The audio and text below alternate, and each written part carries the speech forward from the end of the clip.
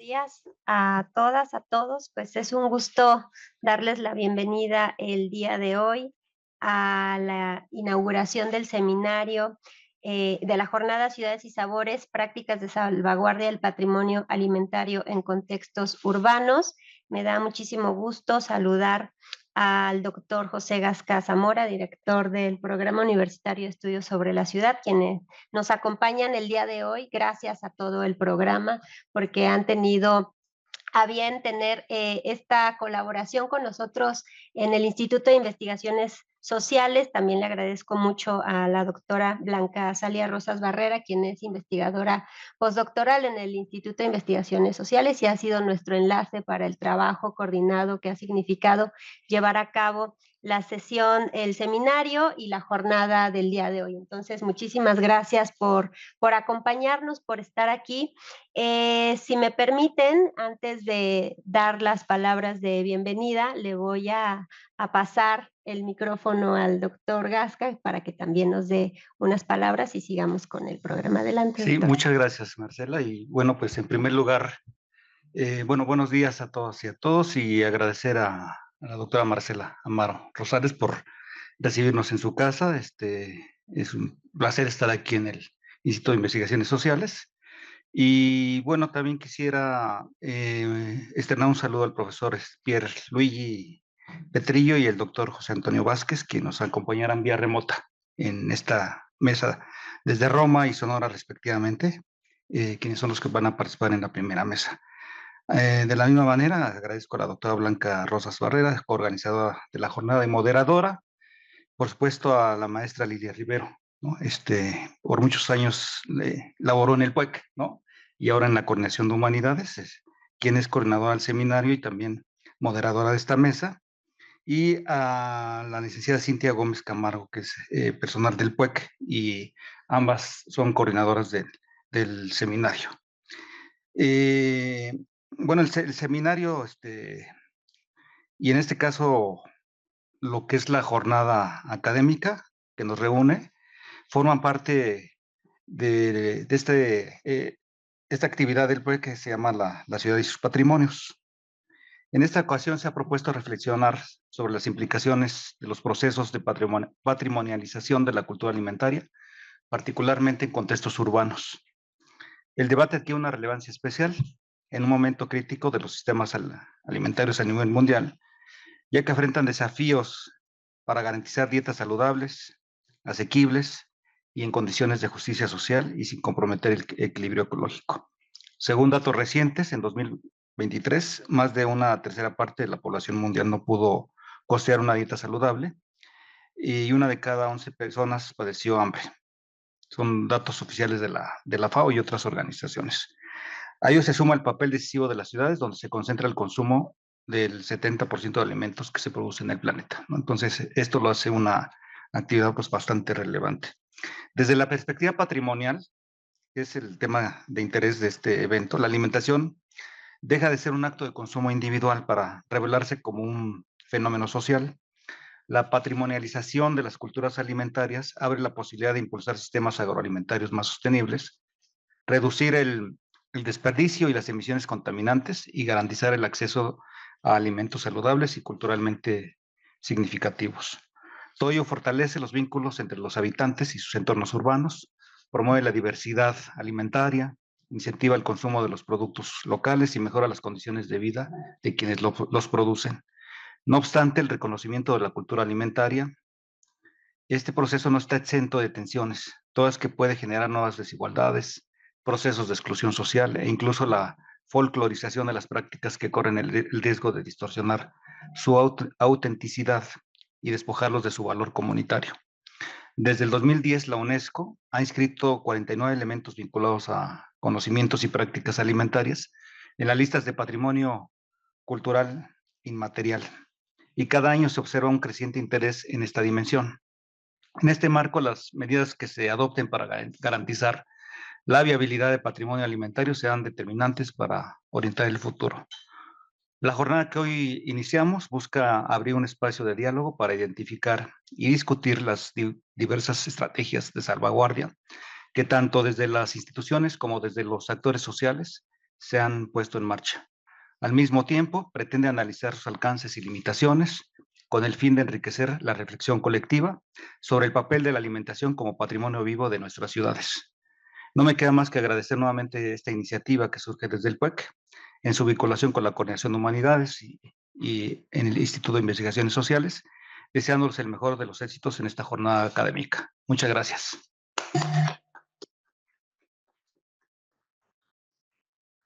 Muchísimas gracias al doctor Gasca por sus palabras. Me voy a permitir dar unas palabras antes de pasarle la moderación a la maestra Lilia Rivero. Pues como directora del Instituto de Investigaciones Sociales, como se los dije en unos momentos, me complace darles la más cordial bienvenida al evento Ciudades, Sabores, Prácticas de Salvaguardia del Patrimonio Alimentario en Contextos Urbanos. Es motivo de gran satisfacción recibirles en esta casa académica que desde hace más de 90 años ha buscado contribuir a la comprensión crítica de los fenómenos sociales y culturales que configuran nuestra vida colectiva.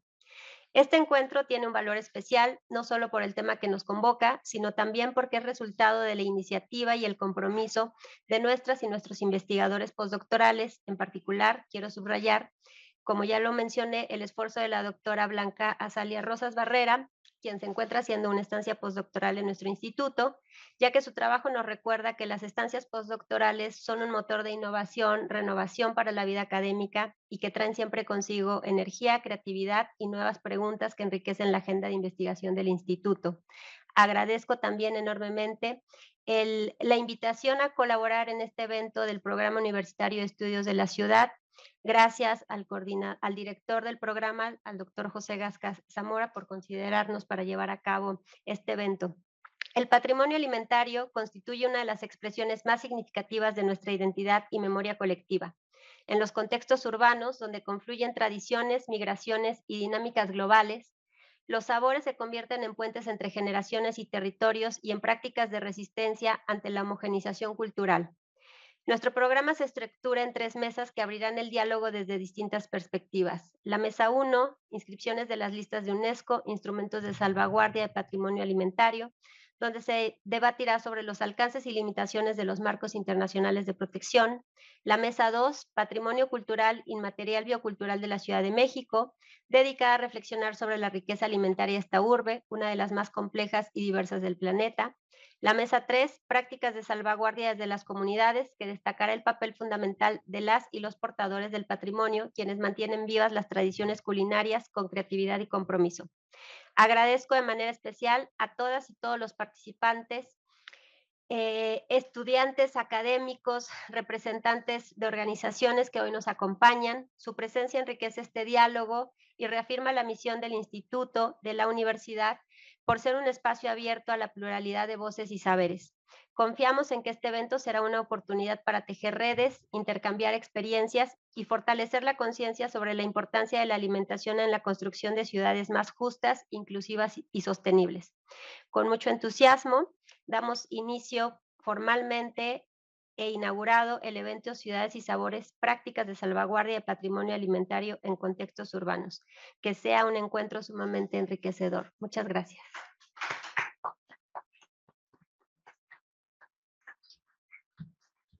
Y si me lo permiten, le cedo la palabra a la maestra Lilia Rivero Weber de la Coordinación de Humanidades, quien se quedará a cargo de esta primera moderación de la mesa. Gracias, Lilia. Bienvenida.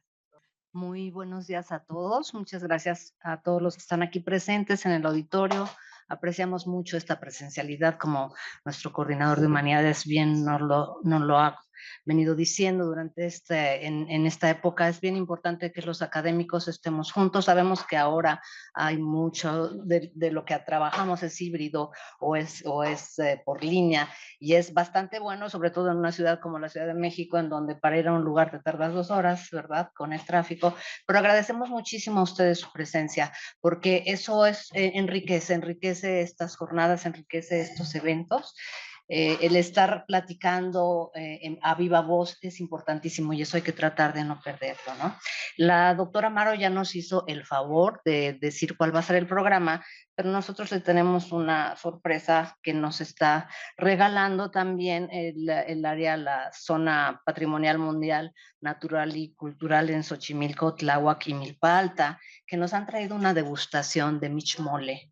Esta degustación va a ser una vez que terminemos la jornada, entonces pues sería muy bueno que logren todos quedarse a la jornada, no solamente por la degustación, la cual va a ser deliciosa, no se la van a perder, pero sobre todo porque ustedes saben que este es un evento de educación continua, entonces para poder tener también la asistencia, para tener la constancia del evento. Entonces, bueno, pasamos a nuestra primera mesa, que son las inscripciones en la lista de UNESCO. Son instrumentos de salvaguardia del patrimonio alimentario. Antes que nada, quiero dar las gracias a mi colega, el arquitecto Álvaro Ignacio Paipilla Daza, porque él nos está haciendo favor de hacer la traducción con el profesor Pierluigi Petrillo. Y bueno, eso es algo importantísimo porque el doctor Pierluigi Petrillo es una eminencia a nivel mundial. Agradecemos muchísimo, muchísimo su presencia al día de aquí. Ha habido un gran interés de saber que usted va a abrir estas jornadas y bueno, ¿qué le puedo yo decir? Para nosotros es un orgullo y un honor que esté usted con nosotros. Si me permiten, voy a leer su semblanza. El doctor Pierluigi Petrillo es profesor titular de Derecho Público Comparado y Derecho del Patrimonio Cultural en la Universidad de Roma, Unitelma Sapienza, donde también ocupa la cátedra UNESCO en Patrimonio Cultural Inmaterial y Derecho Comparado. Su formación académica incluye un doctorado en Derecho Comparado por la Universidad de Siena, con más de 20 años de experiencia en el campo del patrimonio cultural inmaterial. Ha trabajado extensamente a nivel nacional e internacional y ha participado en importantes comités internacionales y grupos de trabajo. De 2018 a 2022 fue miembro del órgano de evaluación de la Convención para la Salvaguardia del Patrimonio Cultural Inmaterial de la UNESCO y fue su presidente en 2022. A lo largo de su carrera, ha coordinado numerosas candidaturas de la UNESCO, incluidas las de la dieta mediterránea y la cocina italiana. Es autor de numerosos libros, entre ellos La protección jurídica del patrimonio cultural inmaterial. Bienvenido, profesor Pierluigi Petrillo. Grazie mille. Muchas gracias por la invitación, muchas gracias por la invitación que me honra mucho. Pido disculpas por no hablar español, pero lo entiendo bien. Felicito a los organizadores del programa. Conozco la actividad del programa de la PUC para la ciudad y aprecio mucho el trabajo realizado y por eso he aceptado con mucho gusto formar parte de este seminario. Ma lamento no poder participar en la degustación. La próxima vez. Pido disculpas a todos, pero ahora hablaré en italiano. Posso dare una domanda a lei? Sì. Sembra che non si va a poter fare la traduzione simultanea, allora Sì. potrebbe lei fare una prima commento di sì. lungo che voi desidera e dopo diamo la parola a Alvaro per Perfetto. fare la traduzione? Certo. Grazie. Prego, grazie a lei. Avanti, allora, ecco la mia presentazione per voi. El tema de hoy es un tema central, un tema importante. El tema del patrimonio alimentario, referido particularmente al contexto urbano, cómo tutelarlo, cómo salvaguardarlo. Como bien lo saben, la UNESCO en el año 2003 promulgó una nueva convención internacional en la cual da una definición de patrimonio cultural inmaterial. El patrimonio cultural inmaterial está constituido por costumbres, expresiones, conocimientos y especialidades transmitidas de generación en generación y que representan la identidad cultural de un territorio, de un pueblo, de una comunidad. La Convención del 2003 individúa algunos dominios, o sea, algunos ejemplos de patrimonio cultural inmaterial. Y estos son las tradiciones y expresiones orales, las artes escénicas, las costumbres sociales, rituales y eventos festivos, los conocimientos y costumbres relacionadas con las relaciones entre la naturaleza y el universo y las artesanías tradicionales. La Convención del 2003 no hace ninguna referencia al patrimonio cultural alimentario. Cuando la Convención fue escrita, en las negociaciones que llevaron a dicha convención, algunos gobiernos propusieron incluir en el texto de la convención una referencia explícita al patrimonio cultural alimentario. Pero la mayoría de los estados participantes estuvieron en contra de incluir el concepto de patrimonio alimentario en la noción de patrimonio cultural inmaterial.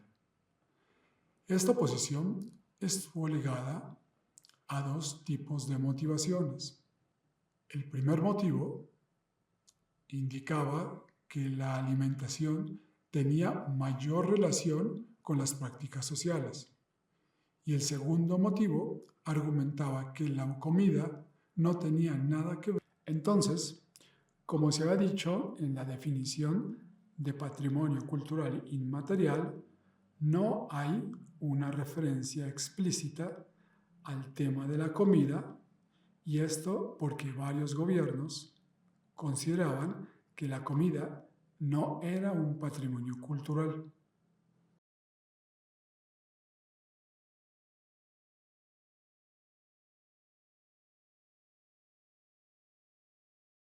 En el año 2010, las cosas cambiaron completamente. En este año, la UNESCO reconoce por primera vez la comida como patrimonio cultural de la humanidad, inscribiendo en la lista representativa de los patrimonios culturales tradicionales tradiciones relacionadas a la comida.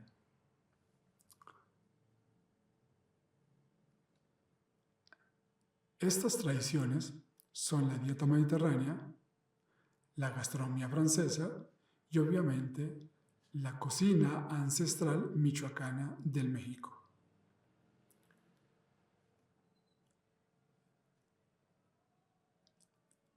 En el año 2010, entonces, por primera vez, la UNESCO inscribe en la lista de los patrimonios culturales inmateriales estas tradiciones. En estos días, la comisión que candidatizaba la dieta mediterránea y tradiciones culinarias para Italia, para México y Francia se divide, pues el Japón, Brasil y algunos países europeos se oponían a la inscripción de esas tradiciones relacionadas con la comida en la lista de la UNESCO, porque consideraban que la comida no tiene relación alguna con la cultura. Sin embargo, al final prevaleció la idea contraria. O sea, la UNESCO reconoció estas tres tradiciones como patrimonio de la humanidad porque reafirmaba la conexión entre comida y cultura. El año 2010 es un año de profundos cambios porque por primera vez la UNESCO reconoce tres tradiciones culturales como patrimonio de la humanidad. A partir de aquel momento se pone en discusión el tema de la salvaguardia de esta tipología de patrimonio cultural, no siendo posible salvaguardar las tradiciones culinarias como las tradiciones de los otros patrimonios reconocidos por la UNESCO.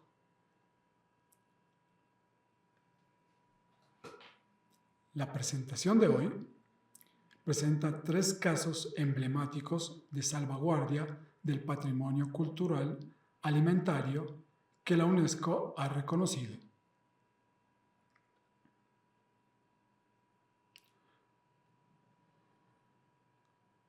Teniendo en cuenta que al día de hoy, de más de 700 elementos reconocidos por la UNESCO como Patrimonio Cultural Inmaterial de la Humanidad, cerca del 30% están ligados a tradiciones alimentarias o a tradiciones agrícolas.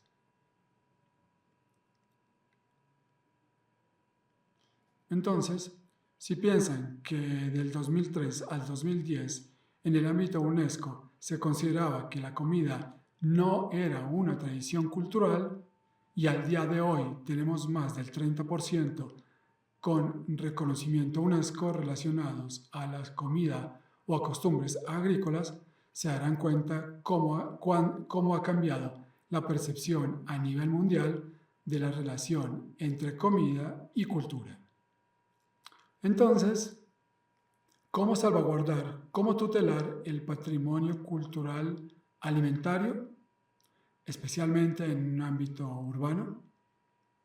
¿Cuáles son los instrumentos de salvaguardia? Tomando en cuenta que la UNESCO identifica una serie de instrumentos de protección, en modo particular, la Convención UNESCO establece que la salvaguardia debe de tener la específica finalidad de identificar, documentar, desarrollar investigación, preservar, proteger, promover, incrementar el conocimiento y garantizar la transmisión del conocimiento relacionado con el patrimonio cultural inmaterial. Por tanto, la Convención identifica estos instrumentos de salvaguardia. ¿Cómo entonces específicamente el patrimonio alimentario en el contexto urbano es salvaguardado? Lo veremos a través de 3 casos. El primer caso viene de Italia y se refiere al arte del pizzero napolitano. Esta es una tradición que probablemente quien haya venido a Italia ha tenido la oportunidad de conocer. Pero cuidado, la UNESCO no ha reconocido la pizza como patrimonio de la humanidad. La UNESCO reconoció el saber hacer, la maestría en la preparación de la pizza, todo aquello que es el trabajo del individuo, del hombre, de la mujer. El pizzero es lo que la UNESCO ha reconocido como patrimonio de la humanidad. Son los valores culturales identitarios.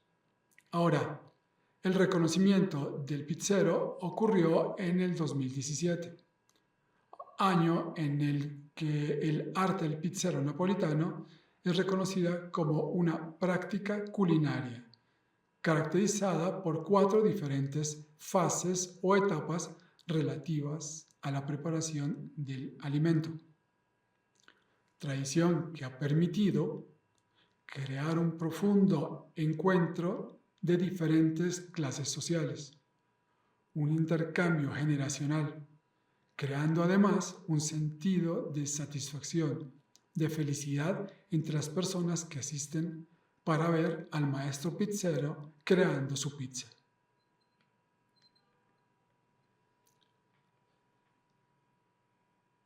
En este sentido, la UNESCO ha evidenciado la fuerte conexión entre la cultura de la ciudad de Nápoles y sus pizzeros, hombres y mujeres, a través del trabajo de la pizza.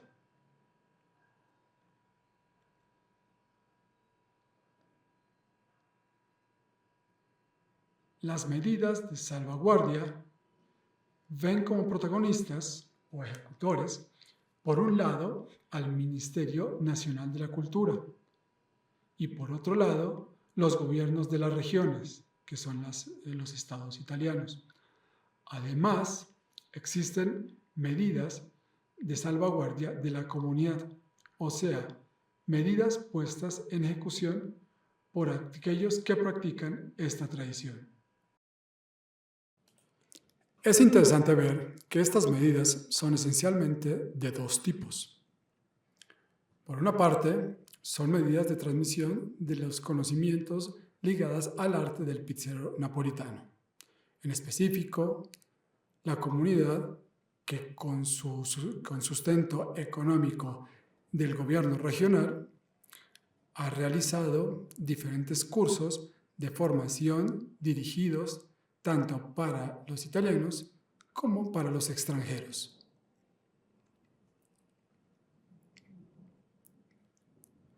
En conjunto con las actividades de formación, de transmisión informal de los conocimientos, han sido realizados eventos en los cuales la comunidad de practicantes, de aprendices de esta tradición compartían con la población sus propios conocimientos, su expertise, su saber hacer.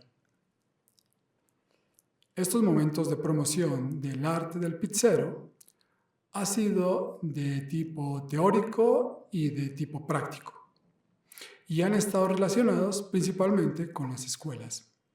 El involucramiento de los niños y las niñas es crucial para asegurar la transmisión de los conocimientos vinculados al patrimonio cultural inmaterial. Otros instrumentos para salvaguardia que han sido puestos en práctica por parte de la comunidad y por parte del Estado se refieren a la institucionalización con una norma, con una ley, de un comité para la gestión del arte del pizzero napolitano. Pero, ¿qué es este comité? A nivel gubernamental, desde el Ministerio de la Agricultura italiano, en el año 2018, o sea, en el año sucesivo al reconocimiento UNESCO, fue creado un comité compuesto tanto por las asociaciones de practicantes de esta tradición como por los ministerios involucrados en el tema. O sea, el Ministerio de la Cultura, el Ministerio de la Agricultura, el Ministerio del Ambiente, así como también, como hecho importante, el Ministerio de la Educación. ¿Qué tareas tiene este comité? El comité tiene la tarea de monitorear el estado de vitalidad de esta tradición. Anualmente debe supervisar si las acciones de transmisión de estos conocimientos son eficaces, si existen riesgos de pérdida de la tradición, o también, como se mencionó en la introducción inicial de este seminario, si la tradición está en riesgo de folclorización.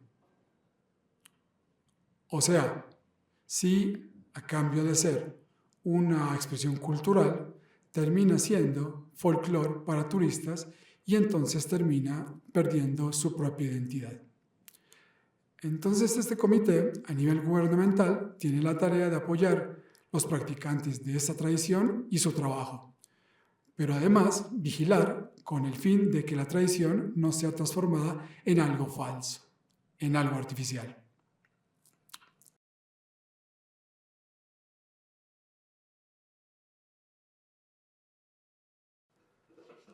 Otro caso bastante interesante tiene que ver con el caso de la cultura Hawker de Singapur. Singapur, como ustedes saben, es un pequeño país que se encuentra en Asia. Es un país pequeño, pero muy rico. Tiene la extensión de una ciudad y creo que sea este su tamaño como estado. Entonces, el tema es bastante relevante porque Singapur tiene solamente contexto urbano. Singapur ha logrado hacer reconocer por la UNESCO en el 2019 la cultura Hawker. Pero, ¿qué es la cultura hawker? En práctica, en los mercados de Singapur existe la costumbre social de sentarse en unas mesas comunales muy largas en las cuales cada quien come alguna cosa, un producto relacionado con el propio origen y con la propia religión. O sea, el elemento de fuerza de estos lugares es que se trata de espacios culturales en los cuales se mezclan alimentos diferentes que pertenecen a culturas diversas y a religiones diferentes. Pero estos espacios no tienen barreras ni confines. Todos se encuentran juntos, todos están unidos y así todos pueden crecer culturalmente, conociendo la cultura alimentaria de otra persona, de una región diversa o con un origen diferente. Por esto, para Singapur, estos lugares son muy importantes porque son lugares de intercambio cultural, lugares en donde el rico y la persona menos rica participan de igual manera en las mismas condiciones al compartir de una parte de la propia identidad. Así que estos lugares reflejan la identidad cultural de Singapur, mezclando la influencia hindú, de Malasia, de China y hasta la influencia europea. ¿Cuáles fueron las medidas de salvaguardia puestas en marcha por Singapur? Nosotros distinguimos entre medidas institucionales y medidas realizadas por la comunidad. Las medidas institucionales han tenido como protagonistas al Ministerio de la Cultura a través de la Agencia Nacional de Patrimonio Cultural, National Heritage Agency, y el Ministerio del Ambiente.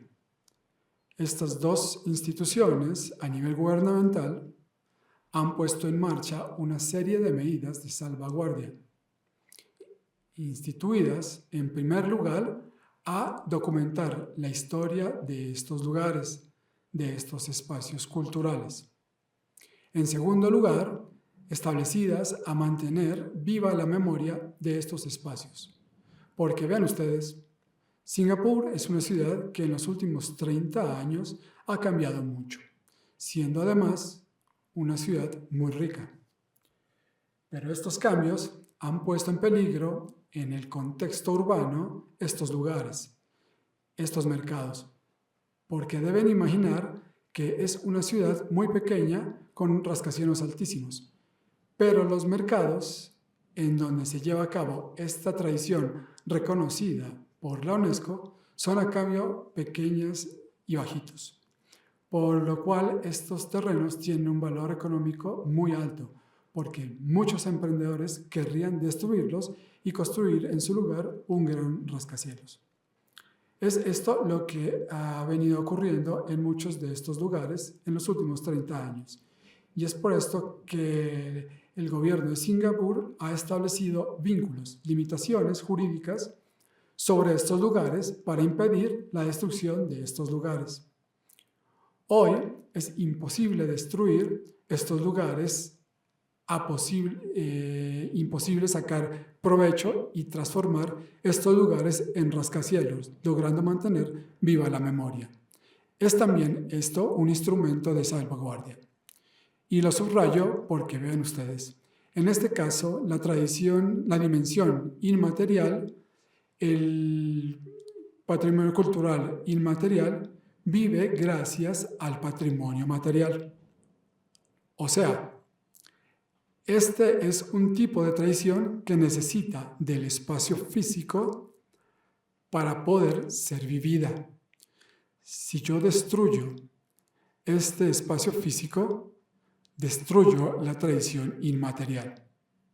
Y este es un tema muy importante, pienso yo, para el programa que ustedes realizan de estudios sobre la Ciudad de México. porque en las ciudades, sobre todo en las grandes capitales, a menudo destruimos espacios físicos y no nos damos cuenta que haciendo esto destruimos también el patrimonio cultural y material que en aquellos espacios vive. Otra medida de salvaguardia que han sido puestas en marcha en Singapur se refieren a las medidas puestas en operación por la comunidad, por los practicantes de esta tradición. En este punto, como ven, hay un estudio de investigación que involucra además a las universidades. También han sido realizadas medidas importantes. Por ejemplo, se realizaron museos virtuales, pero ¿qué son los museos virtuales? Estos son unos sitios de internet en los cuales son cargadas imágenes, como también entrevistas de los vendedores de comida, con el fin de no perder las historias, las voces, los sonidos, los ruidos clásicos de estos espacios culturales. O sea, entrevistas que después son cargadas en los museos virtuales y que cualquier persona puede visitar en línea. Otras medidas de salvaguardia se refieren a la implementación de programas de intercambio culinario. Por ejemplo, para mantener vivos estos espacios culturales, cada año al interior de estos lugares son invitados chefs de otros países, porque la idea es valorizar la naturaleza multicultural de estos espacios y de esta manera mezclar también culturas ajenas a estos espacios con las culturas tradicionales. Es importante este aspecto porque a veces, como fue recordado por quien hizo la introducción de este seminario, porque en algunas ocasiones con el tema del patrimonio cultural y material existe el riesgo que llegue a ser una barrera. Se arriesga con llegar a ser un muro que divide. Porque a veces, al salvaguardar el propio patrimonio inmaterial, se corre el riesgo de crear distancias con relación a otros pueblos, a otros países.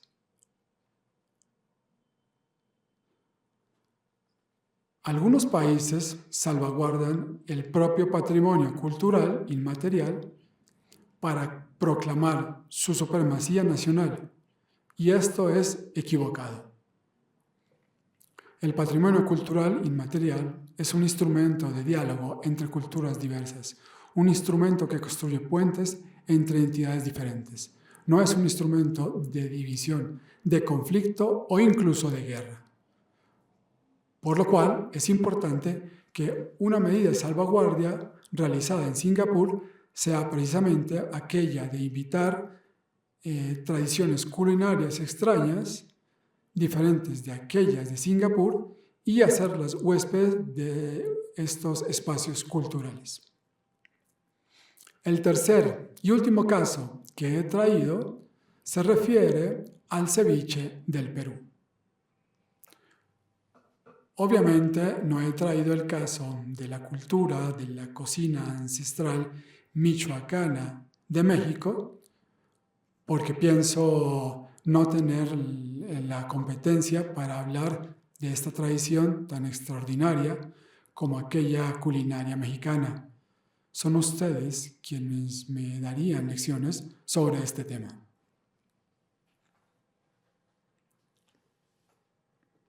Así que el último caso se refiere al peruano. Pero también, en este caso, la UNESCO en el 2023 reconoció la técnica de preparación del ceviche como expresión de la tradición culinaria peruana.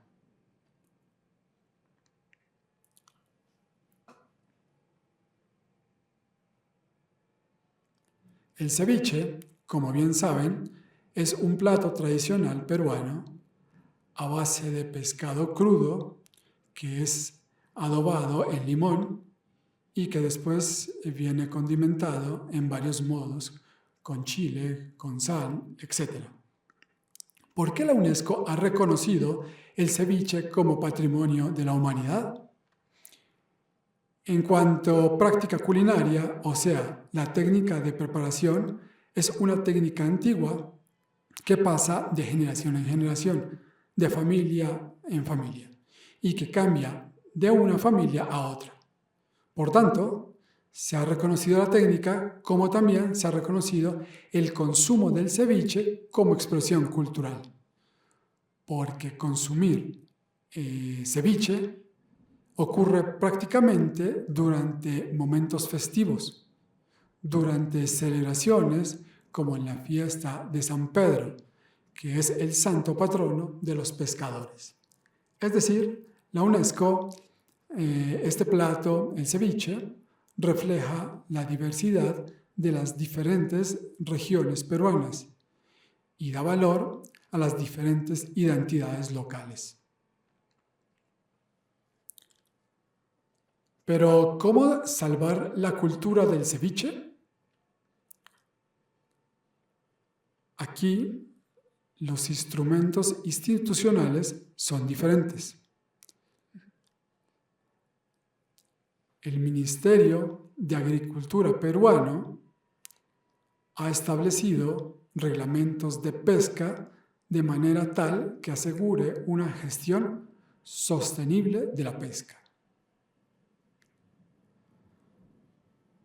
En primer lugar, el Ministerio de Agricultura peruano ha organizado una gestión sostenible de la pesca que garantice que el número de peces no se reduzca de manera significativa y de tal forma que impida la realización de este programa.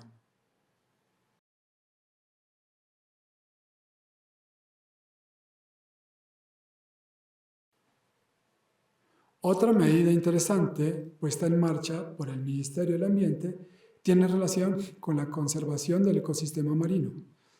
En efecto, el gobierno del Perú ha resaltado que para mantener viva esta tradición, la del ceviche, es necesario tutelar el ecosistema marino y asegurar, además, el mantenimiento de aquellas pequeñas realidades urbanas al interior de la Amazonía y en donde las técnicas del ceviche es y ha sido practicado desde hace tantísimos años. Entonces, el Ministerio de la Cultura, por su parte, ha individuado algunos espacios físicos que han sido declarados Patrimonio Cultural de la Nación. Es decir, los lugares asociados al ceviche, como por ejemplo los lugares de pesca, los lugares de transformación del pescado, o sea, de la preparación del pescado, incluso los restaurantes. Todos han sido reconocidos como Patrimonio Cultural de la Nación. Otros instrumentos de salvaguardia para este elemento cultural se refiere a la institución de la Casa de la Gastronomía Peruana, o sea, un verdadero y propio centro cultural, difundido no en un lugar físico y no solo en la capital de Perú, sino en diferentes lugares en donde cualquier ciudadano puede acercarse, conocer las recetas, compartir los estilos de preparación o bien simplemente degustar como estos platos tradicionales. Por último, las medidas de salvaguardia realizadas por la comunidad peruana relacionadas con el ceviche han sido operadas principalmente por las asociaciones de practicantes de la tradición, con la finalidad de redescubrir las técnicas ancestrales antiquísimas de pesca y con la finalidad de asegurar la limpieza del mar y de las playas, reduciendo los desperdicios de plástico, así como la gestión de los desechos han sido definidas en modo sostenible.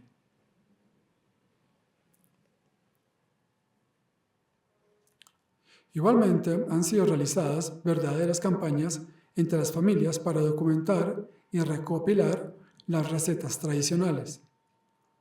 Este es un aspecto muy importante, pues al día de hoy ha sido posible también tener inventariadas más de 10.000 diferentes recetas de preparación del ceviche, proveniente de más de 10.000 familias esparcidas en todo el Perú. Este proceso de documentación es un proceso continuo que prosigue. Piensen, 10.000 recetas desde el 2023 a hoy son una realidad. Seguidamente han sido sostenidas una serie de acciones de promoción de valorización, como el Festival de San Pedro en las ciudades de la costa, el Día del Ceviche, que ha sido declarado el Día de la Cultura Peruana. Es decir, una serie de iniciativas que de un lado están dirigidas a salvaguardar, identificar, documentar, inventariar e investigar, o sea, realizar estudios sobre este patrimonio peruano. Por otro lado, están dirigidas a asegurar la transmisión de los conocimientos y de valorizar también comercialmente estas tradiciones. El patrimonio cultural y material es nuestro salvagente. Lo digo y lo repito siempre. En un mundo globalizado, donde es posible producir, vender o adquirir cualquier producto alimentario en cualquier lugar. El patrimonio cultural y material nos enseña que hay tradiciones que todavía hacen la diferencia. Esta diversidad cultural es un punto que nos une, que nos debe unir y no nos debe dividir. Porque es precisamente desde la riqueza de la diversidad cultural que nosotros podemos y debemos innovar.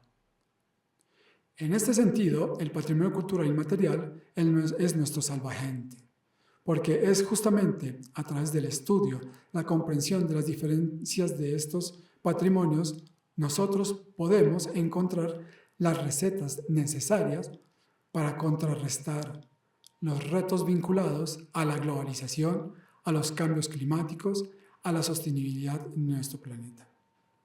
El tema del patrimonio cultural alimentario, desde este punto de vista, es verdaderamente importante. ¿Por qué? Porque la comida es el producto de nuestra tierra. Y nuestra tierra es la primera víctima de una gestión no sostenible, contraria a los valores de la naturaleza del territorio. Así que la conexión entre comida, sostenibilidad y patrimonio cultural y material es verdaderamente un tema crucial. Si nosotros no logramos comprender esta conexión, perderemos parte de nuestra identidad. He terminado y quiero regresar al inicio de aquello que he dicho. Cuando la Comisión UNESCO del 2003 fue escrita, en aquella definición de patrimonio cultural inmaterial, no había referencia alguna al patrimonio alimentario. Hoy, como dije anteriormente, el 30% del reconocimiento UNESCO se relaciona con las tradiciones culinarias. En el 2003 no se tenía el conocimiento de cuánto la comida fuese expresión de la identidad cultural. En el 2003 no existía el conocimiento de la estrecha conexión entre comida y desarrollo sostenible e identidad de los pueblos. Hoy este conocimiento existe y es por esto que salvaguardar el patrimonio cultural alimentario, salvaguardándolo de la mejor manera, significa también salvaguardar el planeta y asegurar el desarrollo sostenible para nosotros y para nuestro futuro. Mil gracias. Muy buenas tardes. Continuamos con el siguiente ponente de la mesa, con el doctor José Antonio Vázquez Medina. Él es doctor en estudios de alimentación por la Universidad de Barcelona en la línea de antropología de la alimentación. Cuenta con un máster en historia y cultura de la alimentación por la Universidad de Barcelona y una especialidad en alimentación y migraciones de la Universidad Obrera de Cataluña. Fue investigador postdoctoral en el Observatorio de la Alimentación México en la Universidad Autónoma Metropolitana. Es profesor investigador de la Universidad profesor investigador en la Universidad del Claustro de Sor Juana en la Ciudad de México y de la Universidad Autónoma de Occidente en Mazatlán, Sinaloa.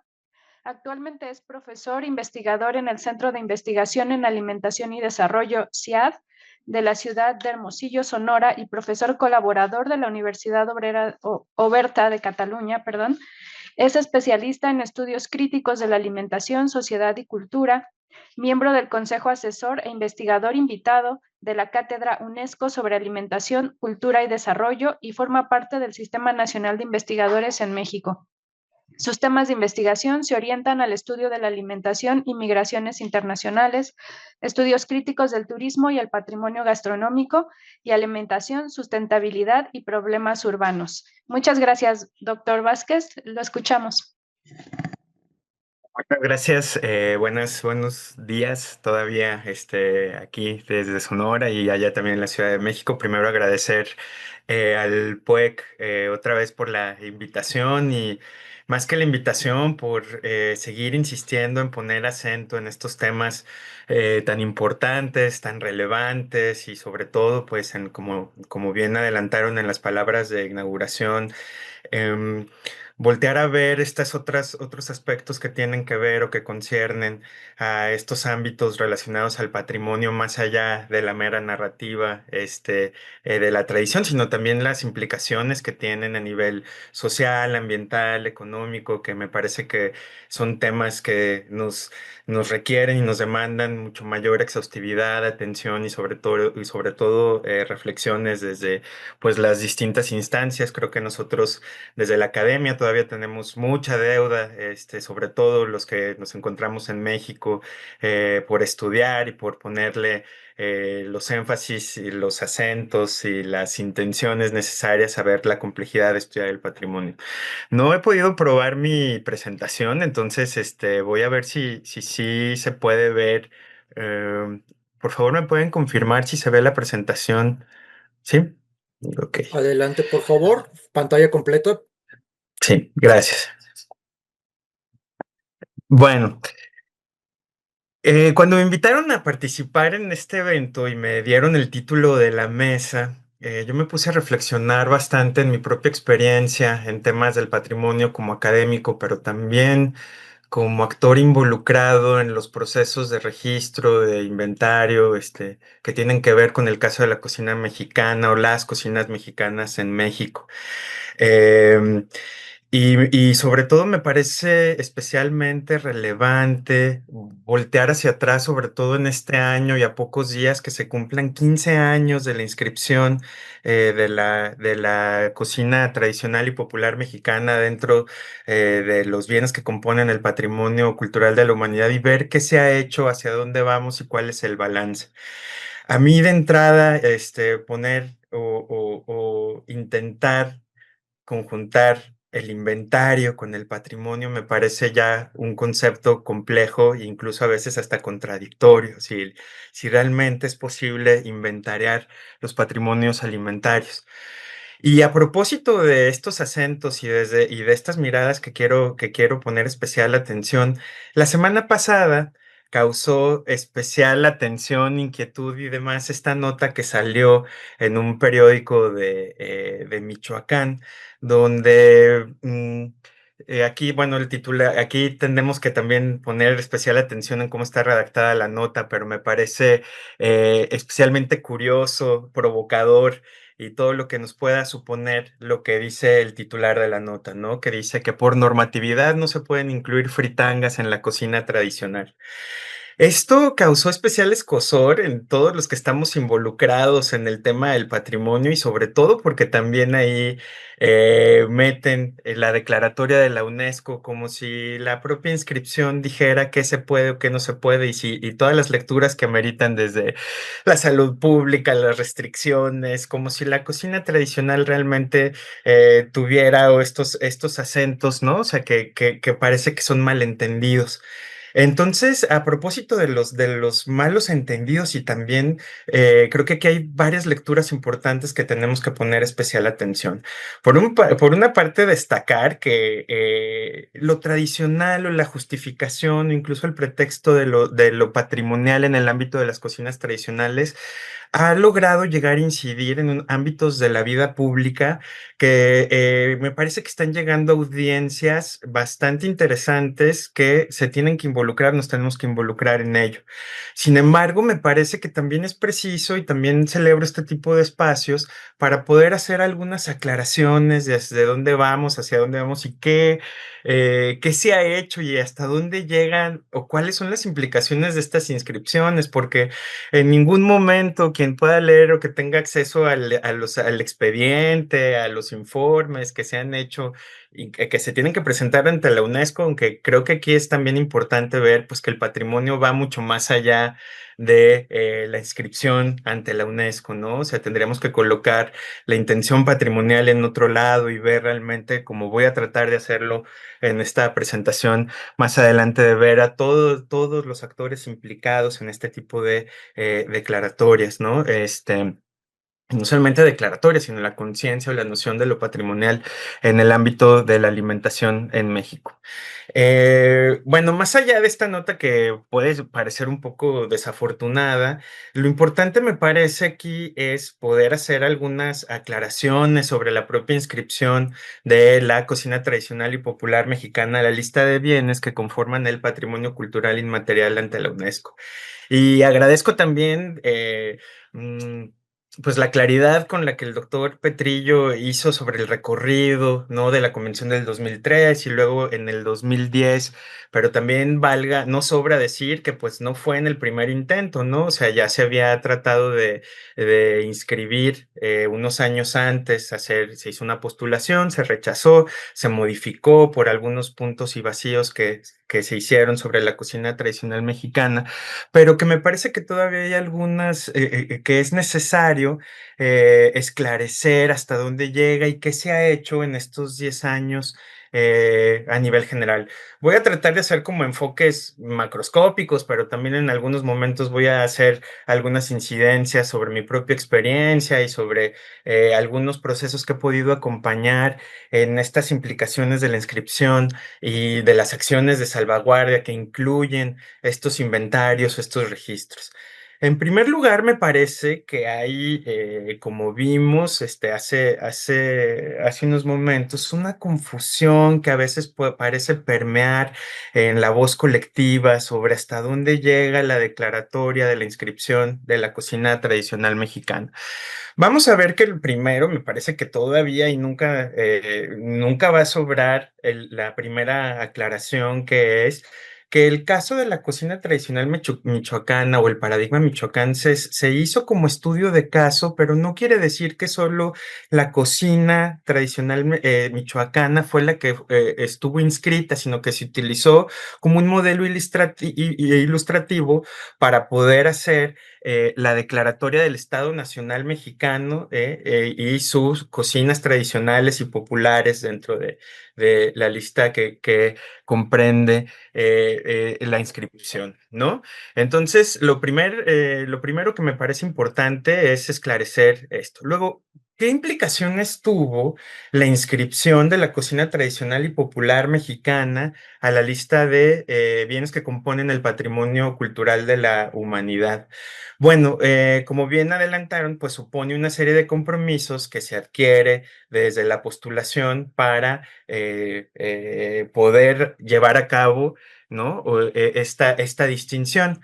Uno que a mí me parece un aspecto importante y que ha tenido procesos y caminos muy disímiles en muchos aspectos tiene que ver con las declaratorias estatales. Uno de los compromisos adquiridos por México es que cada entidad federativa nombrara o protegiera su cocina tradicional estatal como patrimonio estatal de los estados, que no se ha logrado hasta el momento todo. A lo mejor tengo mal el dato, pero hasta hace pocos años eran 17 estados quienes habían logrado esta declaratoria. Particularmente pude acompañar el proceso del estado de San Luis Potosí, de donde soy originario, hace casi 10 años. El camino que se siguió en San Luis Potosí fue hacer una investigación que compusiera un expediente técnico a partir o desde la Secretaría de Cultura Estatal, que se convocó entonces a diferentes asociaciones y casas de cultura municipales, otras instancias de los 3 niveles de gobierno, a recopilar o recabar información con toda la ciudadanía que quisiera participar con algunas preparaciones o con preparaciones, no recetas, que también es importante ahí, y en un momento más vamos a detenernos en tratar de reflexionar sobre los términos y las concepciones que se tienen sobre las preparaciones que componen las culturas alimentarias que son susceptibles a patrimonializarse. Se conformó un expediente técnico, se hizo una justificación también haciendo énfasis en las características bioculturales del Estado, y posteriormente la ruta fue, en el caso de San Luis Potosí, la Secretaría de Cultura hace la postulación ante la Cámara de Diputados y se hace la declaratoria. En otros estados ha sido, como no hay un precedente anterior, por eso también me parece importante lo que adelantó el doctor Petrillo, que lo inédito que supuso hacer este tipo de distinciones a estas manifestaciones, pues también supone que no hay caminos que puedan predecer, o sea, que hayan precedido a estas distinciones. Entonces, pues que son caminos que se van haciendo ahora sí que camino al andar, ¿no? Entonces han seguido distintos procesos que son bastante heterogéneos según cada estado.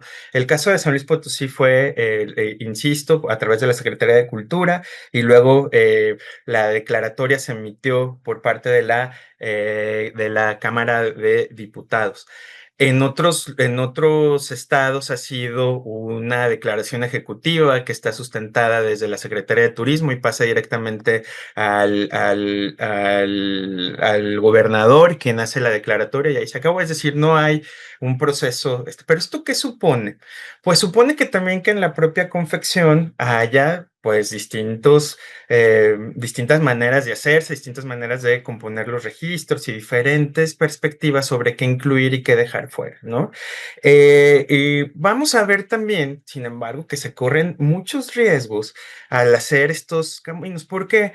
Porque a pesar de que el objetivo común es la protección de los bienes que son susceptibles a patrimonializarse, que componen la cultura alimentaria y sobre todo, o más bien anclado en las cocinas tradicionales y populares, pues también es lo que hemos visto, y eso pues me parece que no sobra decirlo, que vemos también intereses desiguales desde donde se hace la postulación y quiénes son los que arman estos objetivos. Es decir, la Secretaría de Cultura y la Secretaría de Turismo, a pesar que, por ejemplo, hemos visto que a nivel federal la cultura alimentaria ha cambiado de la Secretaría o ha transmutado las acciones desde la Secretaría de Cultura, Secretaría de Turismo, y esto se ha replicado en algunos estados. Vemos que también en la propia experiencia, en el recorrido de diferentes estados, los intereses pues no son los mismos, y entonces se han llevado a cabo estrategias diversas para lograr las declaratorias. Afortunadamente, o sí se han hecho, a pesar que son diferentes caminos y hay intereses diversos, pues se ha logrado establecer estos mecanismos de protección jurídica para lograr a cabo estas declaratorias, ¿no? Pero ¿qué ha pasado aquí? Me parece también importante en estos espacios académicos ver en este camino de 15 años, pues hay que ver también dónde queda el papel de las comunidades portadoras de los saberes.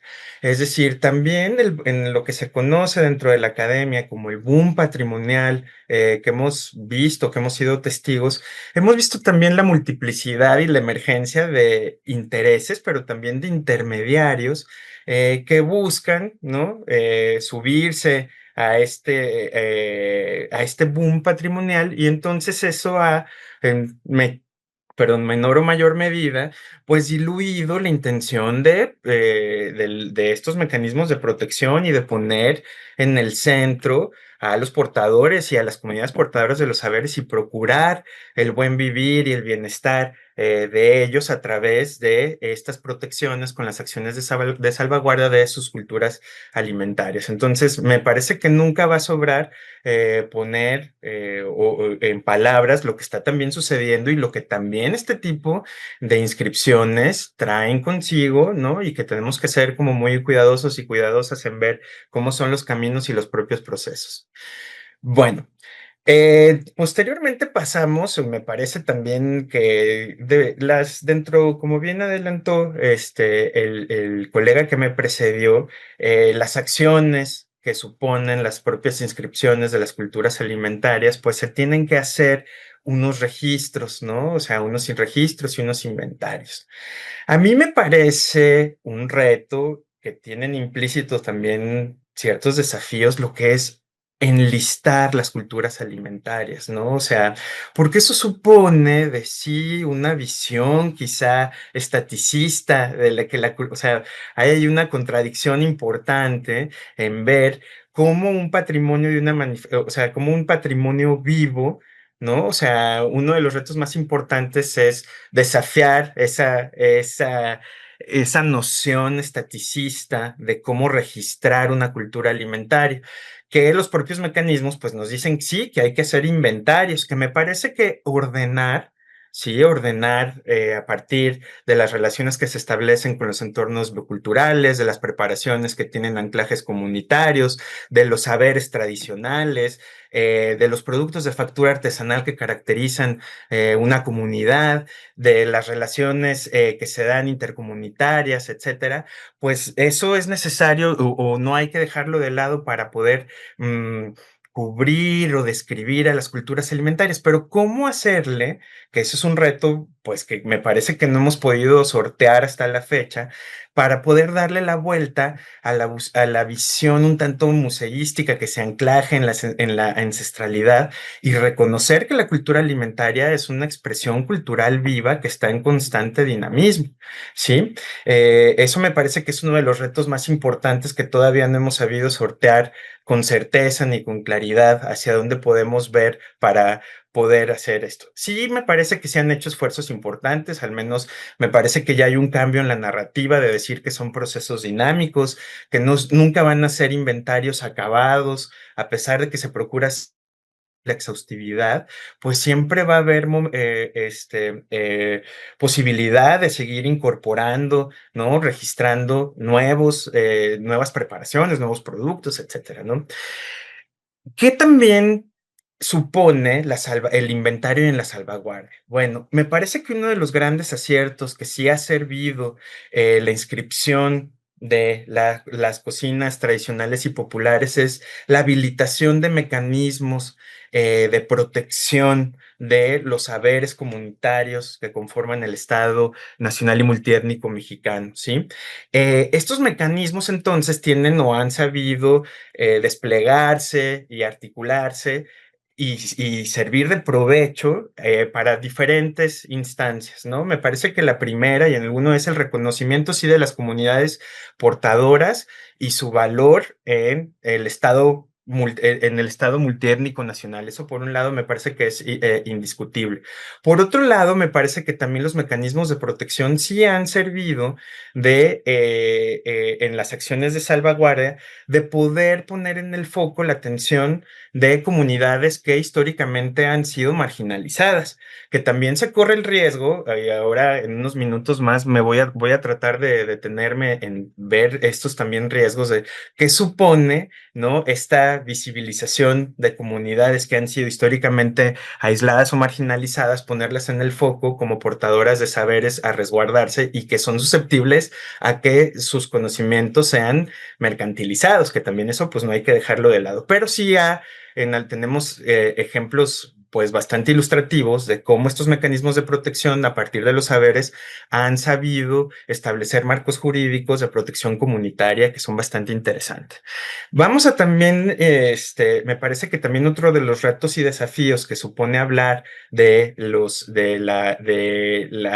inventarios es ver cuáles son los agentes que están involucrados en la propia realización de estos inventarios, es decir, cuál es el papel realmente de los portadores de los saberes, en qué es lo que se decide incluir o no en estas listas o en estos inventarios patrimoniales. Porque también tenemos los casos que muchas veces las comunidades pues quedan en segundo o tercer lugar en las listas finales o en estos inventarios y no hay manera muchas veces de regresar a ver qué se incluye o qué se excluye de estos para estos fines.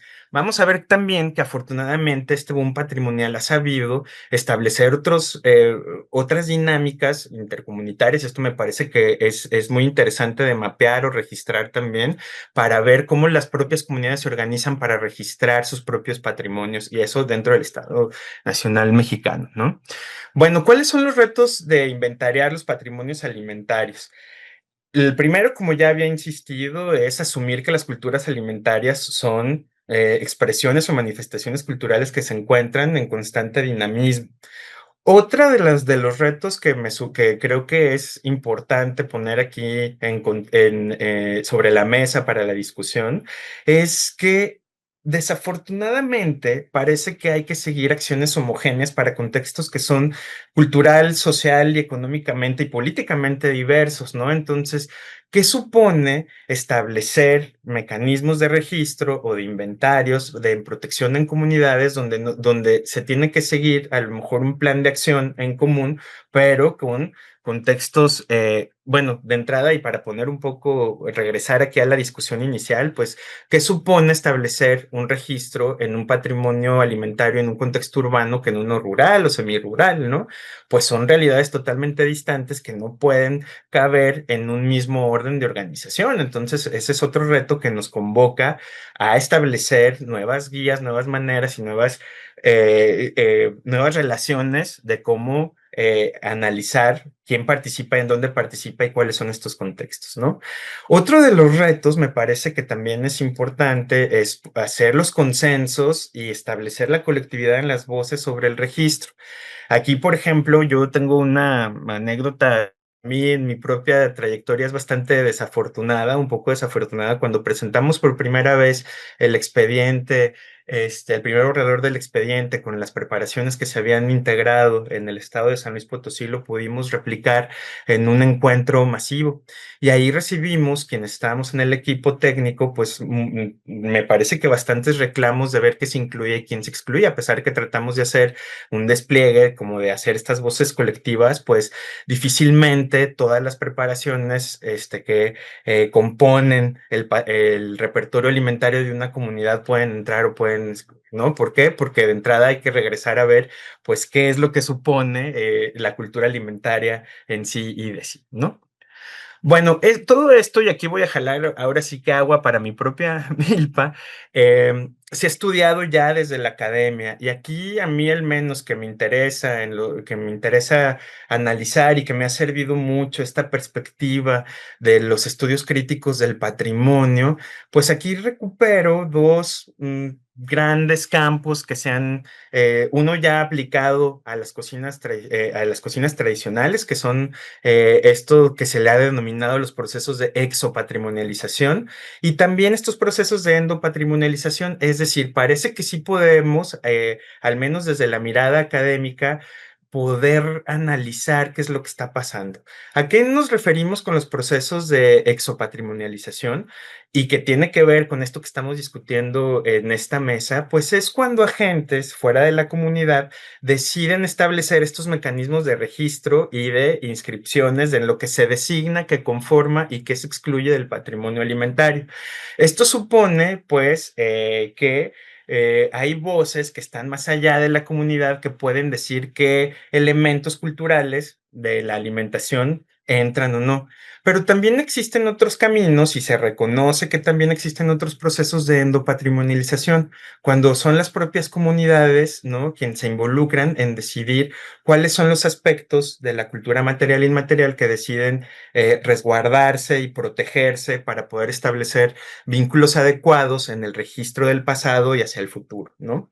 Y si aquí también echamos un poco mano de lo que se ha producido desde la academia y que en mi caso particular me ha servido mucho para poder entender de manera preliminar la complejidad del panorama de el patrimonio y los procesos de patrimonialización alimentaria para el caso mexicano, me parece que es bastante útil este concepto de Jean-Laure Smith, que es uno de los precursores del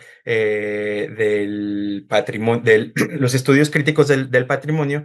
Ella propone este concepto del discurso autorizado del patrimonio, que es, aquí podríamos ir ver o podemos empatarlo con lo que se ha hecho desde las voces institucionales como de la UNESCO para ver qué es lo que se incorpora y qué se excluye, ¿no? Y que eso también supone pues una jerarquización y también accesos desiguales a ver qué es lo que conforma este patrimonio, en este caso alimentario, aunque ella pues hace más bien un estudio mucho más amplio, no necesariamente enfocado en el tema de la alimentación.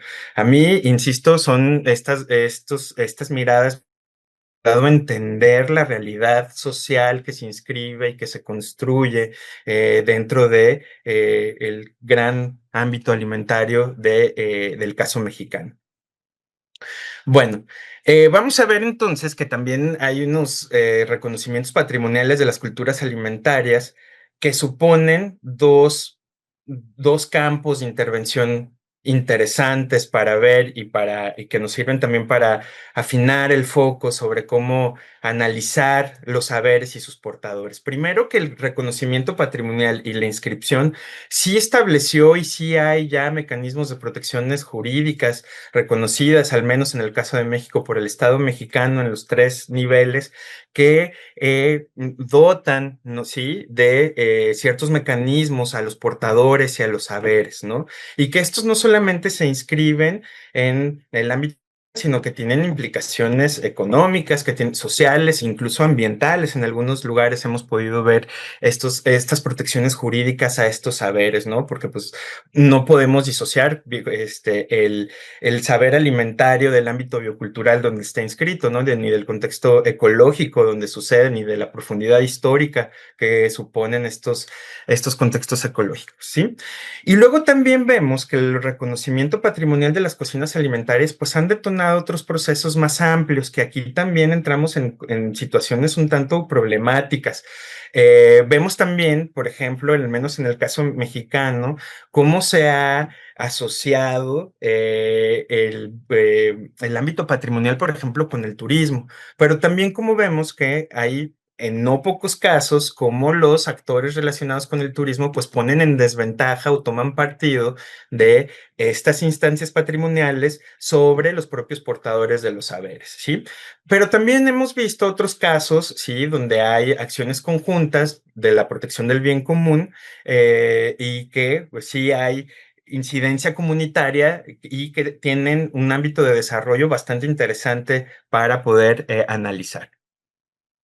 Vemos también que esto ha supuesto algunos riesgos en los propios procesos de patrimonialización y como bien adelantaba el doctor Petrillo, pues aquí en México no estamos excluidos y eso ya hay bastantes colegas que desde la academia han puesto de manera bastante esclarecedora cómo las culturas alimentarias desde el enfoque o desde la mirada patrimonial ha sido sujeta también de procesos de exotización y folclorización de las expresiones y elementos que componen sus patrimonios alimentarios y esto supuesto, cómo tiene que ser visto o cómo es una manera, una expresión de la mercantilización de la cultura, ¿no?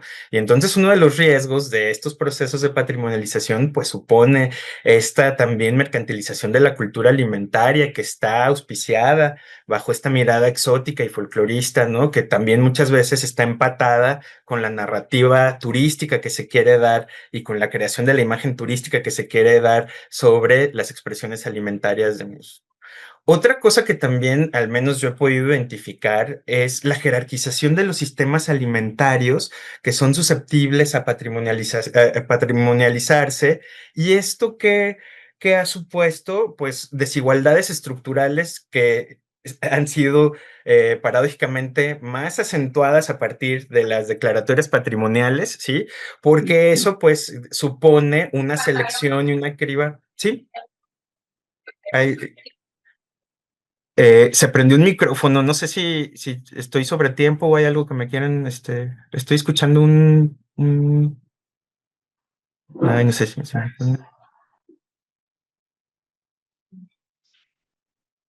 No, adelante, doctor. Perfecto, continúo. Entonces, vemos que también los procesos de patrimonialización suponen jerarquización de los sistemas alimentarios que son susceptibles a patrimonializarse, donde también aquí vemos, o al menos yo he podido distinguir, uno, la visibilización de ciertos actores como si fueran portadores únicos de saberes comunitarios, por ejemplo, en el caso de algunos colectivos de cocineros y cocineras tradicionales, pero también de ciertos ingredientes y preparaciones que deciden comercializarse bajo este bien patrimonializable y que pertenecen a una cultura alimentaria comunitaria, ¿no? Esto supone o ha supuesto también algunas protecciones que han, paradójicamente, insisto, jerarquizado los sistemas alimentarios, haciéndolos pues menos justos, menos resilientes, etcétera, ¿no? También hemos visto que los procesos de patrimonialización, pues también, al menos en el caso mexicano, y hay ejemplos bastante visibles sobre cómo se han superpuesto algunos intereses individuales que contravienen el buen vivir de las comunidades portadoras. ¿Por qué? Pues porque también la cultura alimentaria en el momento donde estamos situados, pues puede ser también tan susceptible a comercializarse donde las comunidades portadoras pues son las últimas que quedan en estos beneficios, ¿no?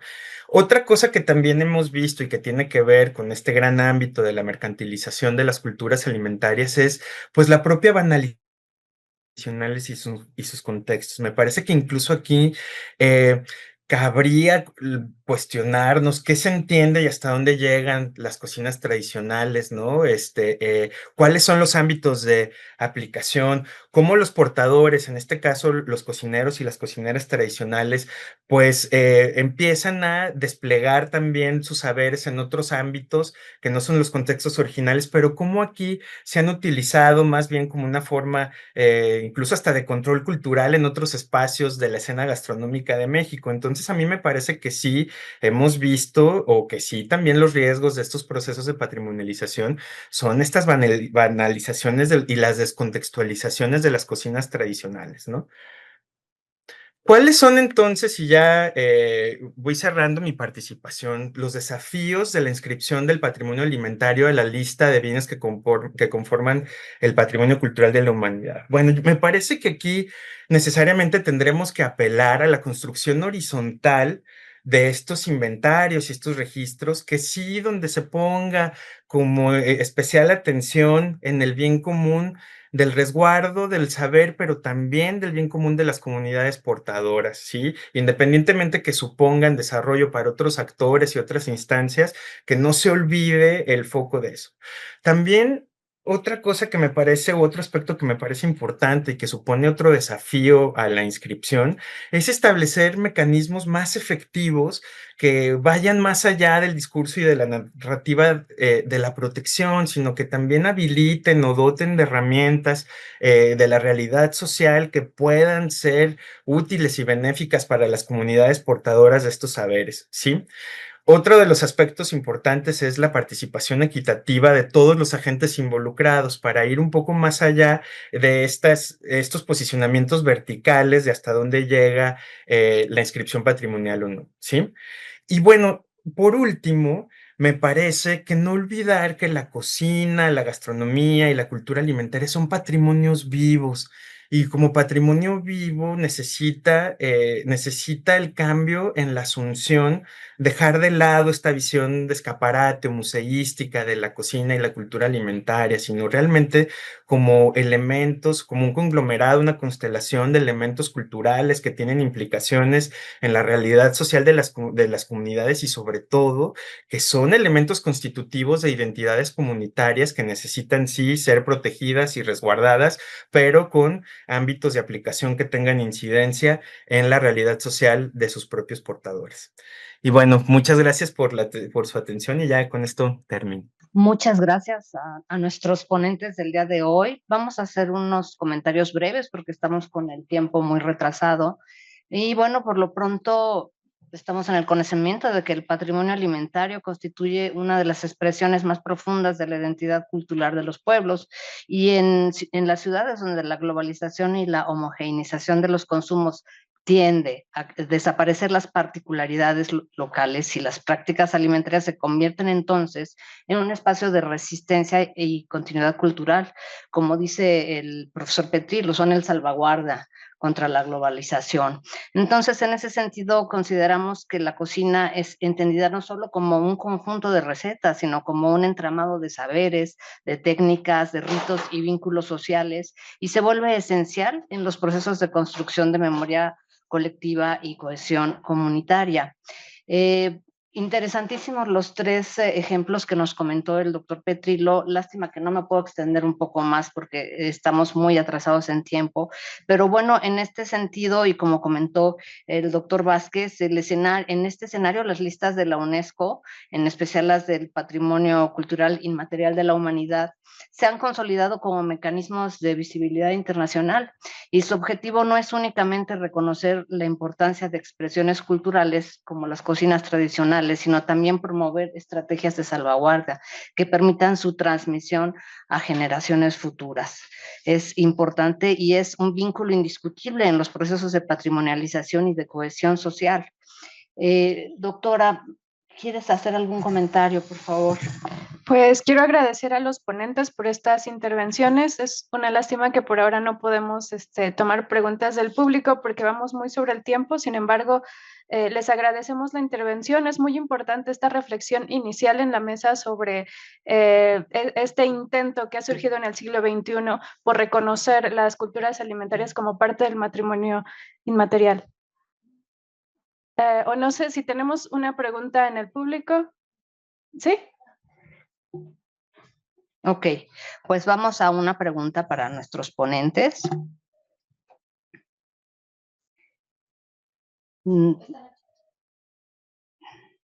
Esta pregunta es para ambos ponentes y dice, pensando desde la jerarquización de sistemas alimentarios susceptibles a patrimonializarse, ¿cómo se explica la evolución de las inscripciones de elementos alimentarios a las listas UNESCO de PCI hacia expresiones más concretas?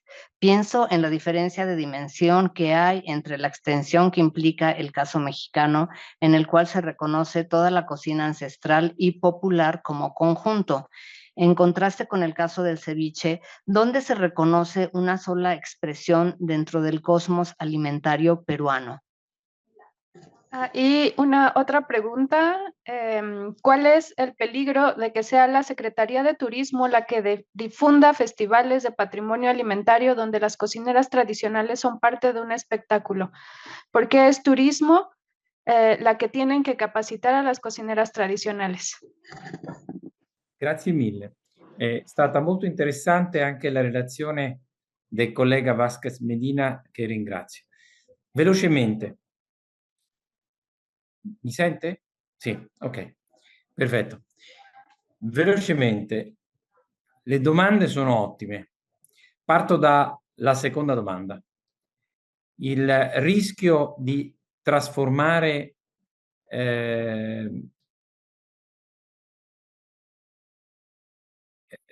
in un fatto solo turistico il patrimonio culturale è sempre considerare che il turismo è una fonte di ricchezza.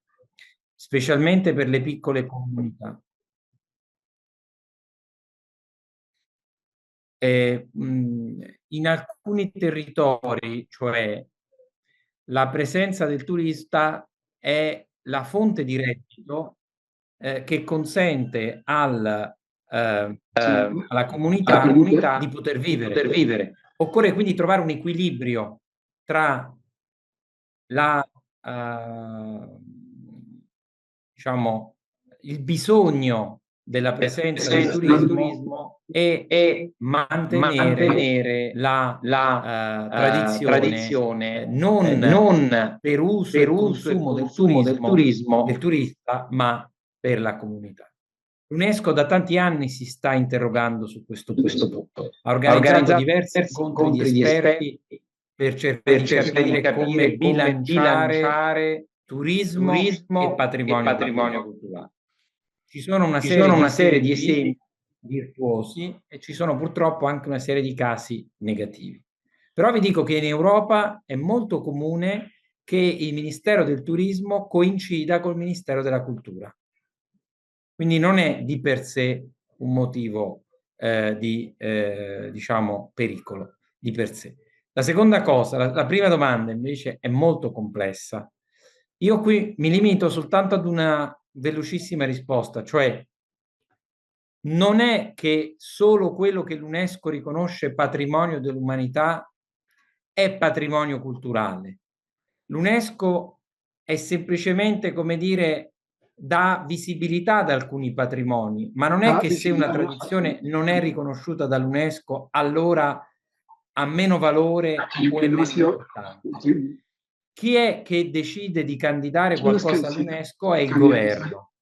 Ed è il governo, è lo Stato, è la nazione. È il governo di quel paese che decide anche se candidare un elemento di una sola comunità o una tradizione che riguarda tutta la nazione. In Italia, ad esempio, adesso è in corso la candidatura della cucina italiana, cioè della cucina di tutta la comunità italiana. Qualche anno fa è stata candidata l'arte del pizzaiolo napoletano, cioè una tradizione solo della città di Napoli. È una scelta politica, però sottolineo, non è che essere riconosciuti dall'UNESCO patrimonio dell'umanità è un bollino di qualità. Questo non è l'UNESCO. Ci sono tantissime tradizioni che non hanno il riconoscimento UNESCO, ma che sono assolutamente preziose per la nostra vita.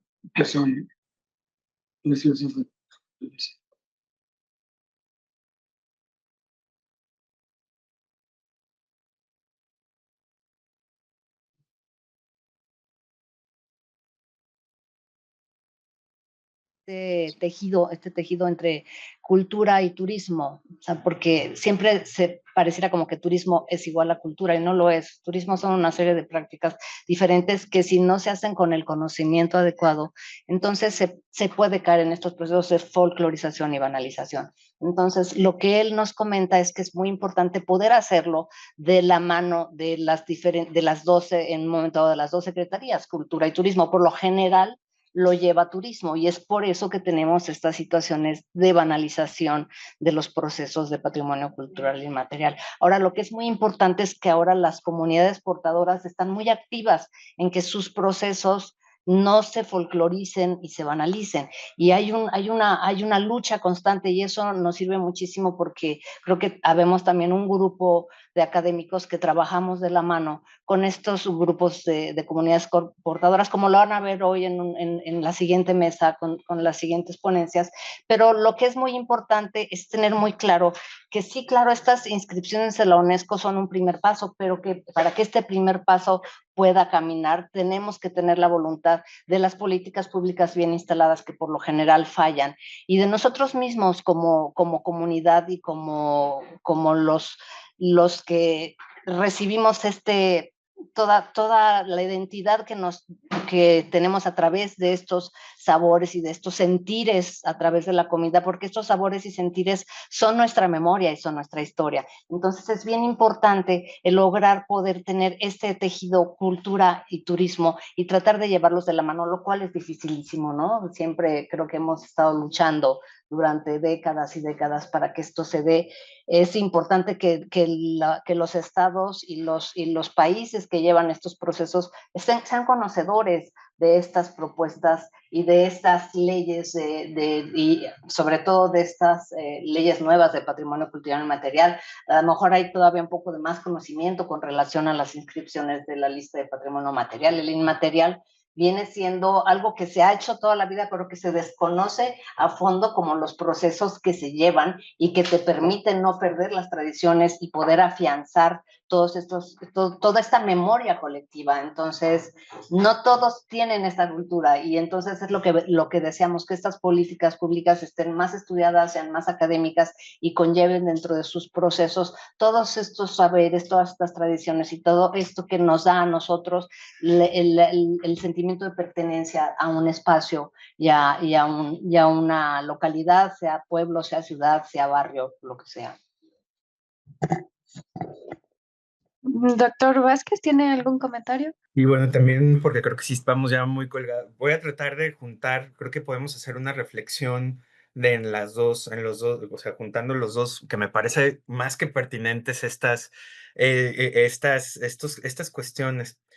Y me parece también pertinente situar desde la academia el mundo o sea, el turismo, ¿no? Vamos a ver, ¿y por qué es tan riesgoso a propósito de las políticas públicas? ¿En qué momento del turismo estamos, no? O sea, ¿y por qué ahora, en este estadio del turismo, que el turismo cultural se ha interesado en las expresiones de las prácticas culinarias como un recurso que puede construir un imaginario para atraer visitantes?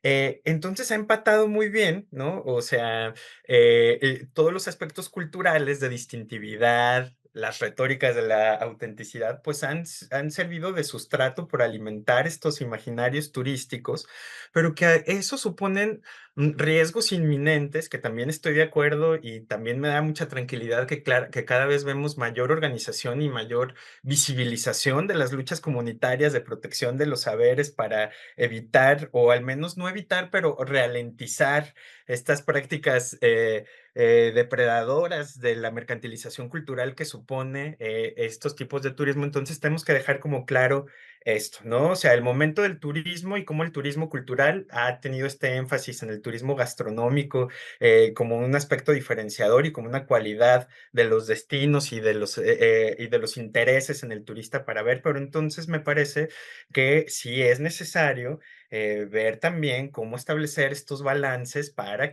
y que me parece que las propias comunidades, al menos en el caso mexicano y en lo que a mí me ha tocado registrar, ya están encontrando ciertos mecanismos de qué platillos sí se pueden, cuáles no exponemos, cuáles no damos ningún taller para que o sea, cuáles quedan aquí y que es otra manera de habilitar otros procesos de patrimonialización desde abajo, otras maneras de valorización ante estos riesgos que suponen, ¿no?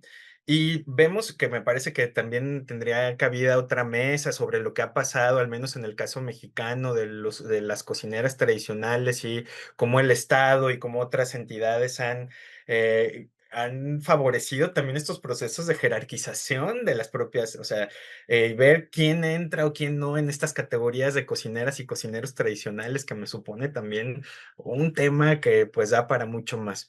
En el caso de la primera pregunta, me parece que de entrada hay que poner especial atención o relevancia, pues que la inscripción es como una categoría bastante amplia, que por eso se tienen o se requieren expedientes técnicos que sustenten estas candidaturas que suponen las particularidades para la inscripción en el registro. Que quiere decir que en ningún caso, a pesar de que compartan estar en esta lista en el patrimonio mundial, pues cada uno tiene sus procesos y su sentido de unicidad, de particularidad, que me parece que no son homologables. O sea, no podemos hacer una comparación horizontal, pero sí podemos encontrar categorías en común. A mí me parece que también, por ejemplo, aunque desconozco mucho más de lo que desconozco sobre el caso mexicano, en particular el caso del ceviche, pues también se han establecido otros mecanismos de jerarquización o de estratificación en los ingredientes, en los portadores, en quién tiene esta legitimidad para ofrecer un platillo que está cobijado bajo el ámbito patrimonial y no. Entonces me parece que sí hay todavía mucho que discutir, mucho que pensar y sobre todo pues que la realidad muchas veces es tan compleja que nos sobrepasa hasta las propias reflexiones. Es el cierre de esta mesa. Agradecemos a nuestros dos ponentes del día de hoy. Muchas gracias por su presencia, gracias a ustedes y vamos a dar un receso de 5 minutos.